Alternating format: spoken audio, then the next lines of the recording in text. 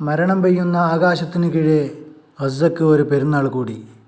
വിശന്നും തളർന്നും അവർ ഒരിക്കൽ കൂടി ഒത്തുകൂടി. ഒന്നിച്ച് തക്ബീർ മുഴക്കി. തേങ്ങലമരാത്ത ആ തക്ബീർ ധ്വനികൾ തകർന്ന കോൺക്രീറ്റ് കഷ്ണങ്ങളിൽ തട്ടി ആകാശത്തേക്ക് ഉയർന്നു.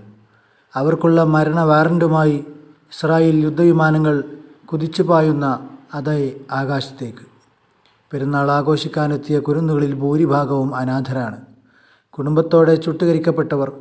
സ്വന്തമെന്ന് പറയാൻ അവിടെ കൂടിയവരിൽ പലർക്കും ആരുമില്ലായിരുന്നു. അവർ പരസ്പരം തണലായി. അവർ പരസ്പരം സ്വന്തക്കാരായി. ഒരേ ഈണത്തിൽ, ഒരേ താളത്തിൽ അവർ പറഞ്ഞു, ദൈവം വലിയവനാണ്. പുതുവസ്ത്രങ്ങളോ കഴിക്കാൻ ഭക്ഷണമോ പോലും ഇല്ലാത്ത പെരുന്നാളാണ് അവർക്ക്. ഏത് സമയത്തും ഒരു മിസൈൽ തങ്ങൾക്ക് മുകളിൽ പൊട്ടിച്ചിതറിയാക്കാമെന്ന ഭീതിയിലുള്ള പെരുന്നാൾ. പെരുന്നാൾ ദിനത്തിലും ഗസയിൽ ഇസ്രായേൽ കനത്ത ആക്രമണം തുടരുകയാണെന്നാണ് പുറത്തുവരുന്ന റിപ്പോർട്ടുകൾ.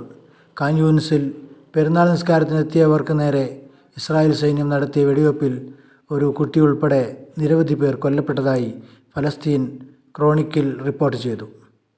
ഇന്നലെ ഇസ്രായേൽ ആക്രമണത്തിൽ 4 മാധ്യമപ്രവർത്തകർ ഉൾപ്പെടെ 43 പേർ കൊല്ലപ്പെട്ടിരുന്നു.